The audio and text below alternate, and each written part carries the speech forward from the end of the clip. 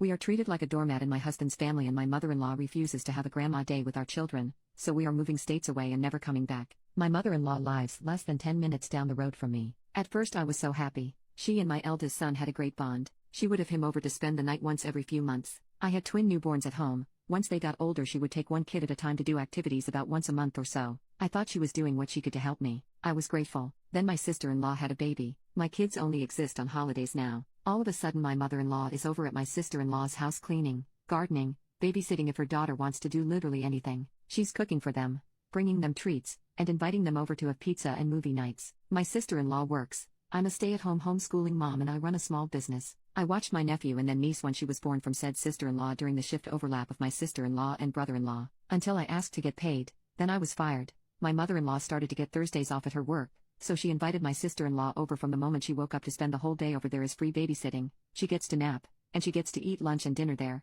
and gets a lunch packed for her night shift job. They call it Grandma Day. After 4 years my now 4 kids are wondering why only their cousins get Grandma Day. My husband and I talked. It really bothers him that his mother treats his sister like a princess, but treats him like he only exists if he can do something for her. We agree to give her one last chance and to spread it all out for her to see our side. We've tried before, but she always changes the conversation. We tell her about the kids asking about having a Grandma Day. She looks aghast, says she has no more time to give. I said I'm not asking for an additional day, but that my kids love her and we could go every other week and take turns. She shuts me down right away, says she's probably not going to do Grandma Day anyway as she's getting too busy. This was Easter. Not one Grandma Day has been missed except for vacation, which she went with them on to babysit. She was disgusted. I asked, but I don't think it's fair to my kids. I'm not asking even half of what she's freely offering to my sister-in-law. I feel like she's punishing me and my kids for me being a stay-at-home mom. My choice, my consequence. But my sister-in-law works. Shouldn't that be her choice or consequence? Now they, my mother-in-law, her 2 daughters and my brother-in-law, are all treating us like we were the offer asking.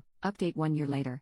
I stopped posting hardly anything on social media because my sils would text or call my husband within a day of my posting, reading into things saying I was trashing his mother/them. I wasn't. I couldn't even post about what we did as a family on the weekends. They knew my husband doesn't have social media and it felt like they were trying to turn him against me. Sorry guys, didn't work. I was so stressed out my doctor believes it caused me to have a small stroke last year when their lies were at a peak. I'm okay now, but it was scary at the time. Even though we knew it would be hard. When my husband's sister flew in from out of state, we spent a significant amount of time with his family so the kids could see their aunt. My therapist gave me several coping mechanisms to deal with them, mainly gray rocking, which helped a lot. I was treated fairly nice by mother-in-law starting a few days before my sister-in-law flew in. She was on her best behavior, I'm guessing so that I would keep my mouth shut during the visit. My children had only seen her at most 3 times since the Easter conversation. No apology, no attempt to share Grandma Day with my children. The visit was awful. My local sister-in-law was so completely rude and unkind. The last day when I got home I got the kids doing something and I made it to my room and I broke down and cried. My husband, who had to work the 3rd shift this whole time, woke up and comforted me. He didn't want to even go and say his goodbyes to his sister-in-law that night, because of their collective behavior, but I told him that it was just one more piece of ammunition they would use against us, so we went.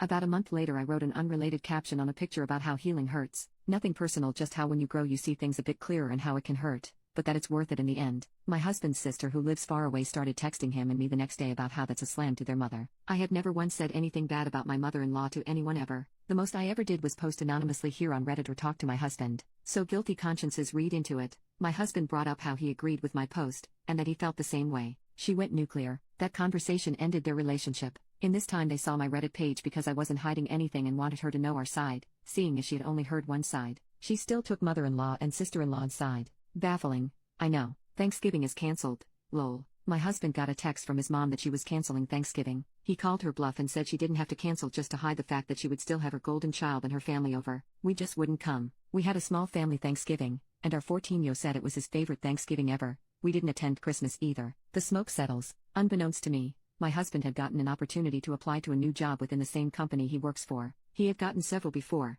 but he says this one just felt different. He comes home and rocks my world. This job comes with moving several states away. Never once did I ever see him moving out of state, ever. This is the man who bought a plow truck just so he could plow his mom and sister's driveways. This is the man who would let his brother-in-law work on his sister's truck in his garage and park outside for up to a week, all because they never ordered the part they knew they needed before they stated taking it apart. This is the man who chopped wood every single year for them, but we never had a wood-burning stove. He applied and got a great offer. We decided that we needed to visit the area before we made the decision. On our way out there his sister called screaming and yelling at him about moving. She's a bit controlling if you haven't picked that up by now. And she saw him slipping through her fingers. The kids were in the vehicle with us and could hear everything, even though it wasn't on speakerphone and we were driving a loud diesel. My husband ended the call. We loved the area. The kids said they didn't even want to go back home. My husband and I talked extensively about the pros and cons, but never once did my in-laws enter the equation. In the end, I told him that it was his decision and that I would make it work no matter what he felt was right. He accepted, and we went home. My husband told his mother the day after we got home. She already knew from sister-in-law, but he had to officially her himself, told her we had several months to get our house ready to sell and that he would like for her to visit us out there. She said okay. Over the next few months, she stopped over 3 times for a few minutes at a time, because she was driving by and saw us out there. She dropped off our Christmas presents so that we could take them with us, proving to my husband that she has never had any intention of ever coming to see and support him. I am banned from sister-in-law's house because this is all my fault. She then invited my whole household to my niece's birthday party except for me. This is the niece and nephew I used to watch for free for 3 years until I asked to be paid and then was fired. Story on my page. My husband put the invitation on the fridge so that our kids could see how petty their aunt was being. She dared to text him for an RSVP and he told her that if I wasn't invited, then none of us were invited. We list our house. Sister-in-law is pissed that at the price husband informs me, thinking it's way too high. We sell it for even more. Lol. We have a going away party. Mother-in-law and sister-in-law show up just to save face. It was so comical seeing them try to pretend they know anything about what we've been doing, or what our plans are. People noticed and commented. The kids gave them quick hugs when they left. No tears were shed. My mother-in-law has the audacity to hug my husband and say I don't play favorites as her goodbye. We moved several states away and are so happy.